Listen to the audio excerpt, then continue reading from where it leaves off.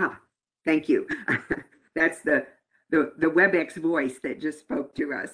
So we're now, again, just to repeat the date, February 9. This is Wednesday. We are beginning council time.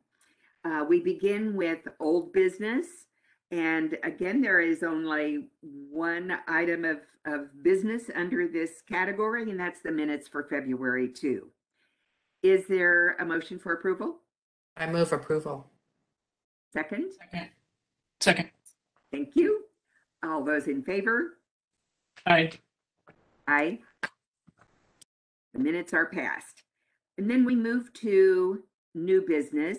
I believe this item is District 5 Councillor Kathleen Otto and Leslie Lopez. Are you co-leading this session, or how will it go? Thank you, Chair Bowerman. So Leslie Lopez will lead this discussion. And if I may, just before she gets started, if I can ask the council for consideration to amend the agenda this morning under new business to add a draft proclamation recognizing Black History Month for your review and consideration prior to being put on the agenda next Tuesday. And that will be 2.2? Correct. Is there any objection? Okay, thank you, Kathleen. Thank you. So Leslie Lopez. Thank you, Chair Bowerman. Good morning, Council. We're here to talk about replacing the District 5 Councillor position. And so a couple of questions to consider. One is, what is the effective date of the vacancy for Councillor O'Brien? And according to RCW 4212-0102, the vacancy becomes effective according to a resignation, and that it is deemed to occur upon the effective date of the resignation. So here, Councillor O'Brien has indicated that her last day as a councillor is March 1, 2022. Therefore, the effective date for purposes of filling the position is March 2nd, 2022, since this is the first day that the position will be vacant. And then the next issue is, which process to use. According to the Charter 6.2, the office of council member, as well as other elected officials, are now nonpartisan offices, and this is pursuant to the charter amendment, which was passed last November. So since the councillor position is a nonpartisan position, we need to look at the statutes that talk about how to fill nonpartisan offices. There are two RCWs that talk about nonpartisan offices. The first one's RCW 4212-070. However, that particular RCW does not apply in this situation because that one really relates to, according to the statute, for special purpose districts, towns, or cities other than a first class or a charter code city. So the statute that does apply to counties in this situation is RCW 36-16-110 subsection 3. And what it states is that if a vacancy occurs in a nonpartisan county council elective office, that the person appointed to fill the vacancy must be from the same legislative district as the county elected officer whose office is vacated, and must be one of 3 persons who are nominated by the nonpartisan chair of the Board of Commissioners for the county. So here, currently, Councillor O'Brien represents District 5. Therefore, the person appointed to replace her position must reside in District 5. And as of right now, the map that is currently in effect is the map that would display District 5 and where that individual would need to reside. And then according to the statute, since Chair Bowerman is the nonpartisan chair of the council, it would be up to Chair Bowerman to nominate 3 persons for the council to consider. And then a majority vote is required to select a councillor from one of those 3 individuals that are nominated by Chair Bowerman.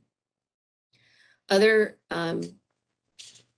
sections of RCW 3616-110 state that if the council is unable to select one of the 3 nominees by majority vote within 60 days after the vacancy occurs, then the governor shall have within 30 days thereafter to select someone from the list of nominees provided.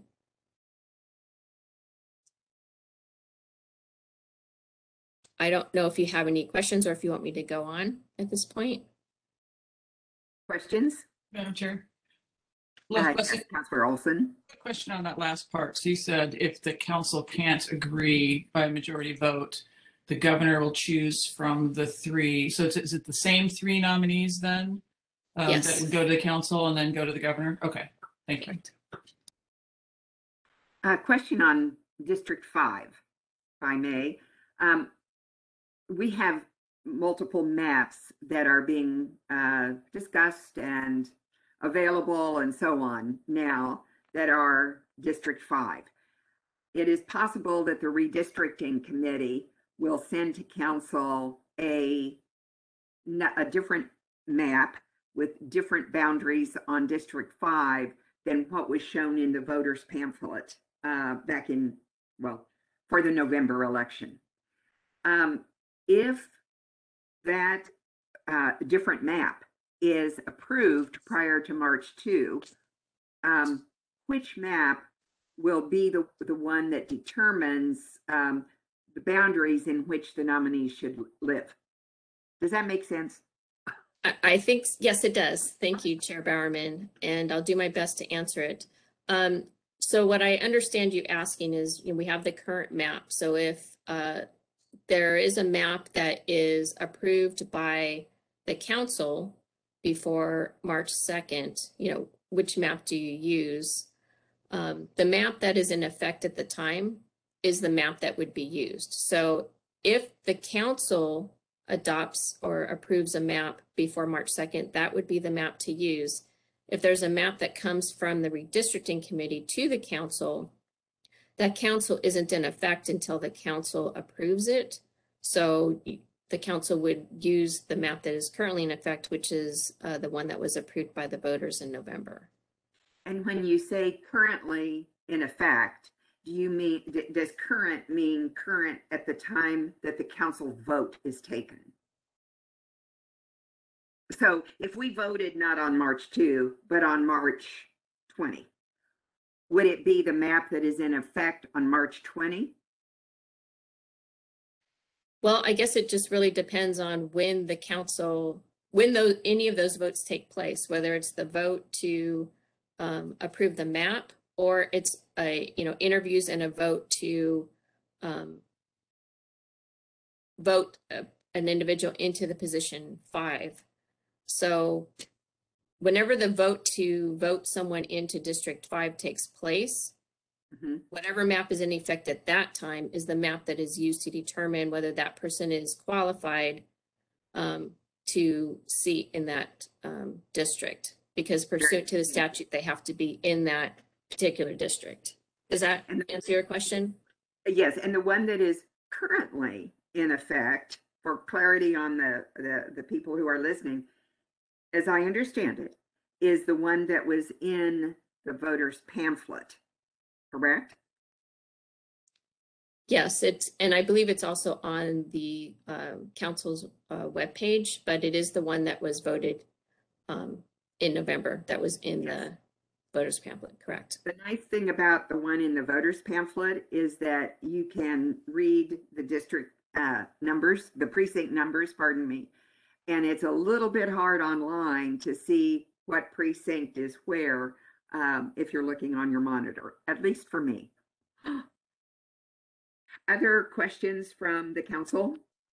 Yeah, Madam Chair, just to follow up on your question. So if a nominee is chosen prior to the redistricting map being approved by the council, and they're in the current District 5, and then if they're at the time of the vote, they end up not being in District 5, then they're not technically qualified for that appointment. That's essentially what we're saying here? So, Councillor. I'm sorry, was that question clear? The question's clear and that is technically correct. However, if the counselor is already in that position, District 5, and then the map changes, is that what you're asking? No, I'm just saying if the nominee is currently in the current District 5, but then after redistricting takes place, they're not in District 5, then they're not qualified to be appointed. So but my question is just, is that correct? Yes, that's correct. Okay.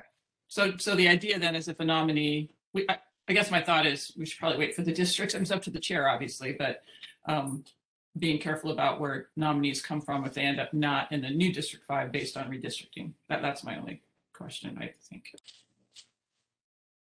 Madam Chair. Yes, Councillor Quarring O'Brien. Okay, couple things here. What Councillor Olson just said doesn't seem right. I'm not even in District 5 right now. So, and I'm serving District 5. Do we, that's just a statement. My question is, do we know, has the redistricting committee determined what map they are going to send to the council? And has that happened yet? No, it has not. The redistricting committee has a meeting on February 16th, which I believe they will at that time consider a map and perhaps take a vote. I don't know what they intend to do that day, but that's their next meeting. They took public comment on the 7th.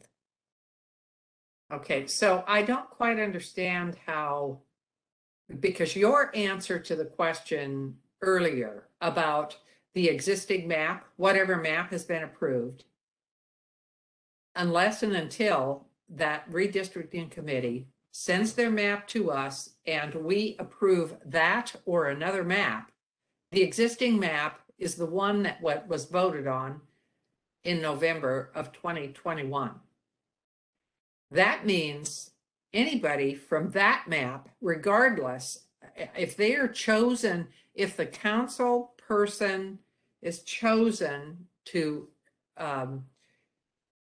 for my vacancy before another map is approved, they should be able to sit and be qualified to take that position. I mean, to me, this is, it's sounding pretty confusing if you don't just say the existing map, which is the November map right now, because the redistricting committee is not finished. So anybody that's in District 5 now, if that decision would be made before we get a map, before the council gets a map to approve, that person is qualified to sit as a councillor for the remainder of the term, regardless of what the new map is. Councillor O'Brien, if I may, and thank you for the question, and I apologize because I think I wasn't clear enough. I agree that if the council decides on an individual who is representing District 5 based on the current map, even if that map changes after that, that councillor would still remain in that position until the end of the term, until the end of 2022. I agree with that. I think Councillor Olson's question was, if the process has started, and I'll certainly let Councillor Olson correct me if I'm wrong, but my understanding of Councillor Olson's question was a different one, which is that if the council had not yet picked someone to represent District 5, but instead just had nominees, if the map changed before the vote, then that individual would not be able to sit as a council member. And I think that was the distinction. So I apologize for the confusion on that. That's correct. Thanks. And just a comment, if the map changes at that very late date, right before our vote, I would want to put another nominee in there so that there are 3 nominees that council can choose from who does qualify by virtue of living in the new District 5. So we'll have 3 nominees that way, as we should. Right. And I think I'm sorry, Go go ahead. ahead, Chair Bowerman. Go ahead. I was just going to say the only other issue that was brought to me was the timing of when to fill the vacancy as far as process.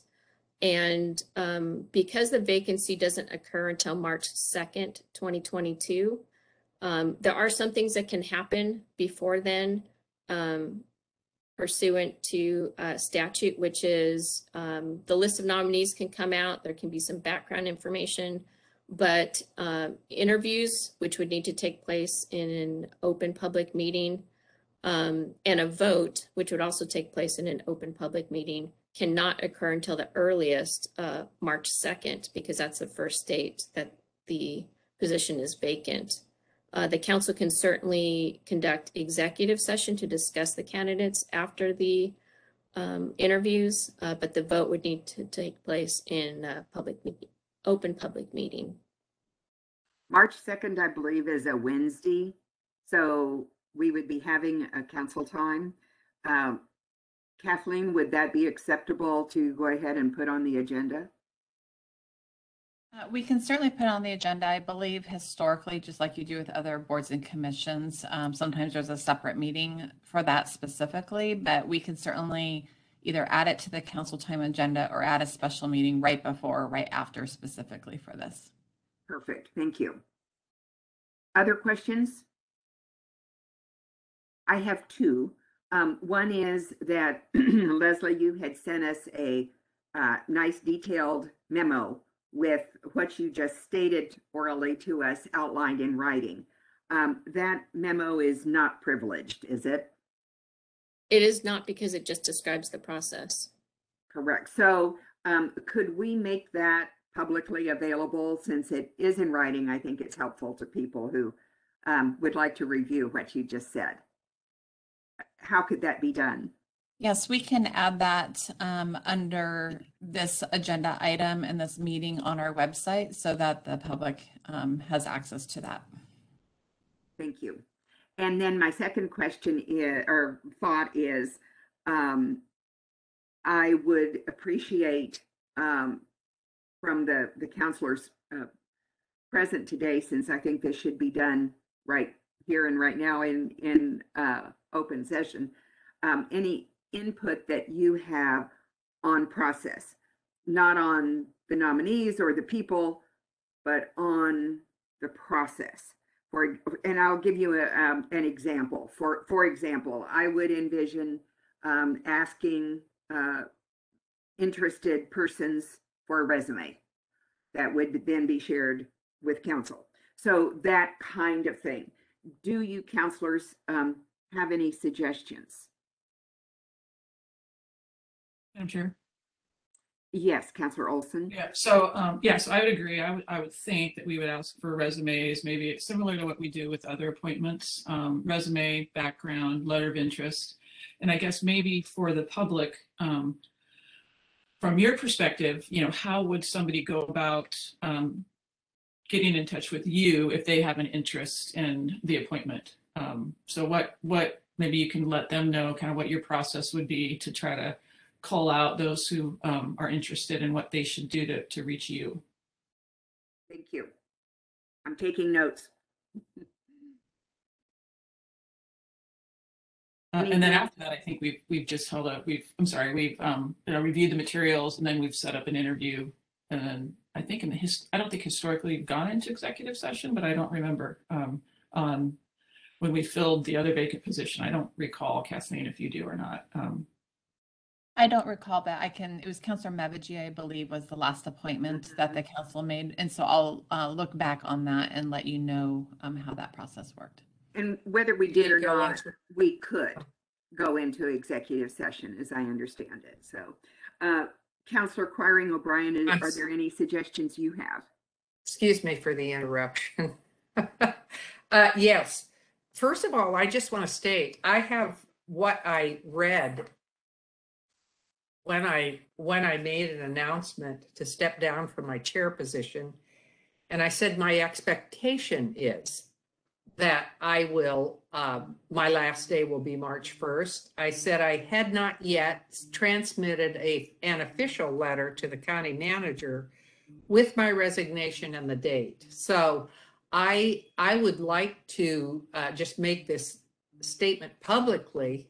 There is a chance that March 1st won't be my last day. However, I would suggest you move forward in that way. I'm just saying I have not yet transmitted my letter of resignation, and I did say my expectation is that March 1st will be my last day. So I wanted to clarify that. In addition, Thank you, and let me just be sure I'm on board here. So I understand you to be saying that you do recommend that we go forward on an assumption that that would be the case, but if it isn't, great, and the process would be terminated or postponed or whatever was appropriate at Yes. that time. and I don't expect it to be any lengthy period of time. I'm just saying I I would like that privilege, as for instance, Senator Rivers had, who is now not resigning. So I'm not saying that. I'm just saying, you know, that's my statement was, my expectation was March 1st. So if I might, I just want to comment on, there was an executive session to select the appointment to replace my District 4 seat. We don't make a decision in executive session, but we discuss the qualifications of each member or the comments about an interview that was given. And then we come out of executive session and make and I say I won't be a part of that, according to what Leslie has stated in her memo. I won't have a vote, unfortunately. I think it would probably help if I did, but in the sense that we would have a majority versus a tie. So anyway, that stated, we did have an executive session, like we do with the library board, with the planning commission, with all of the other boards that we replace people. So Very good. Any further comments, including from you, Leslie or Kathleen? The only thing I will state, I'm sorry, is Councillor O'Brien, I apologize if I misunderstood your comments and the actual date. So thank you for clarifying that. So thank you for your report, Leslie, and we will make your written report available as Kathleen stated. And I believe we're ready to move on now to 2.2 on the agenda regarding the Black History Proclamation. Yes, I understand that Councillor Lentz worked with Jasmine, the president of the local NAACP, and they have drafted a proclamation for the council's consideration. This is just a draft today to obtain any input that you may have. And then this will be put on the Tuesday hearing next Tuesday as one of the proclamations for recognizing Black History Month. So at this time, I'd welcome any feedback or suggested changes. I know it was sent to the council last night, and this is why we had to amend the agenda this morning, because it was not on the agenda prior.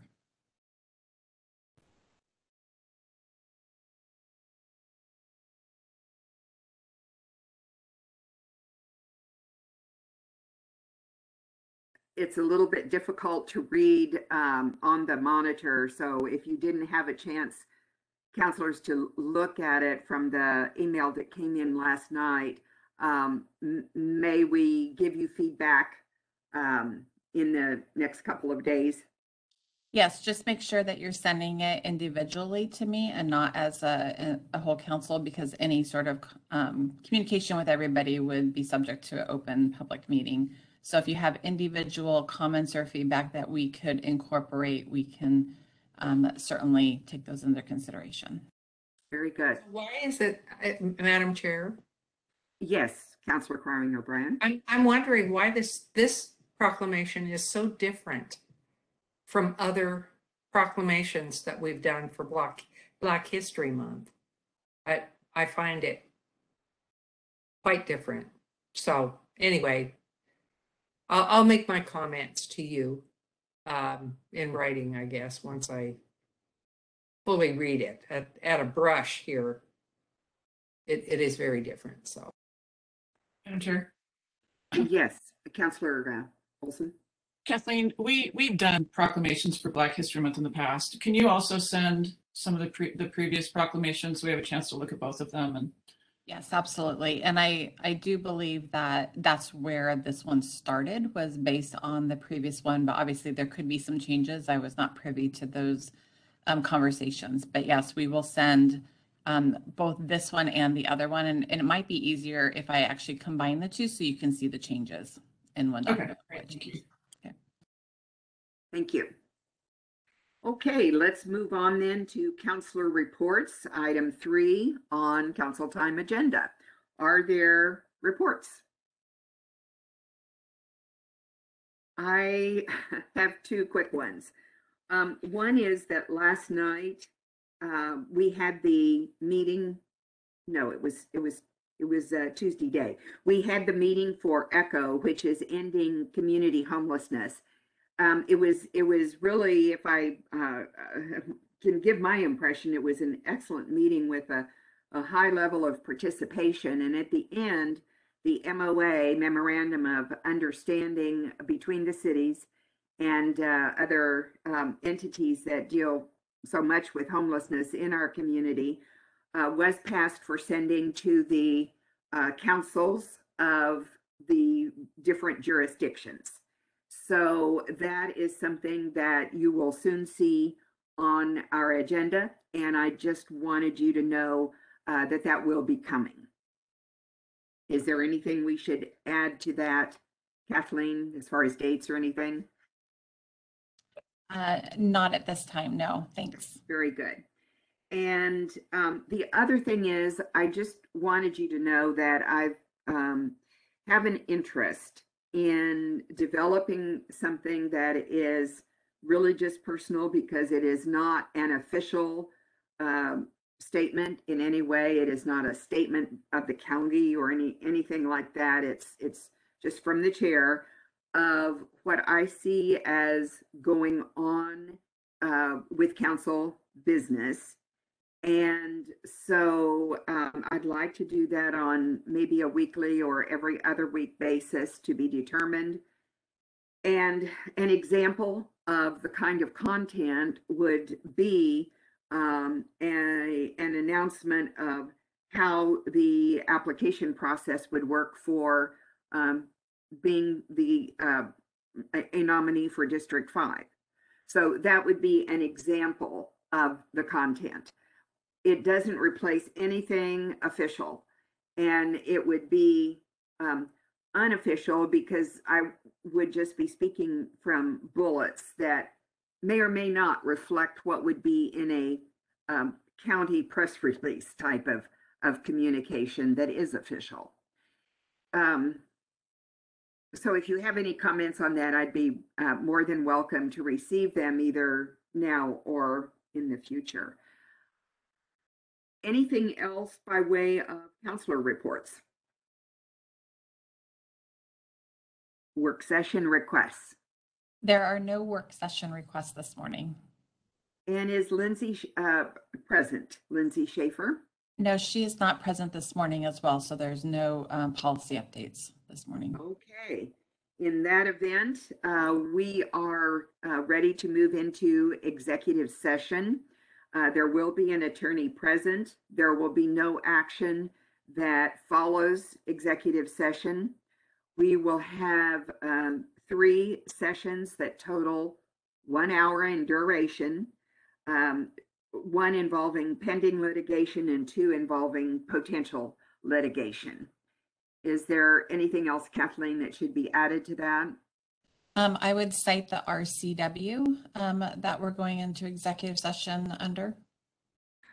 42.30.110 paren 1 paren I.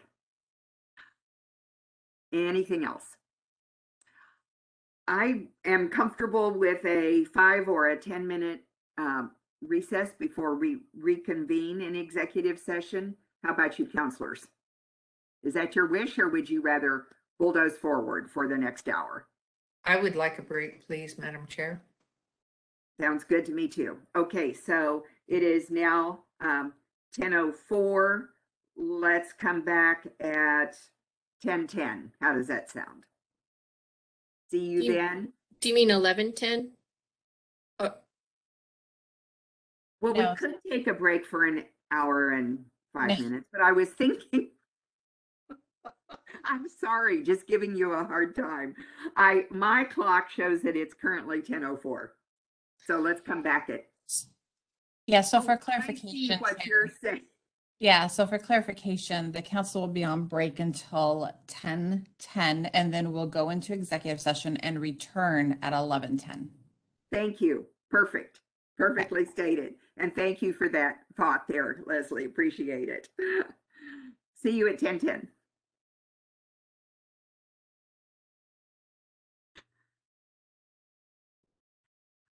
We have completed our executive session. It is 11:10 and we are back at council time as promised at this moment. Our purpose here is simply to adjourn for the day. Thank you and see you next week, if not before. Bye-bye.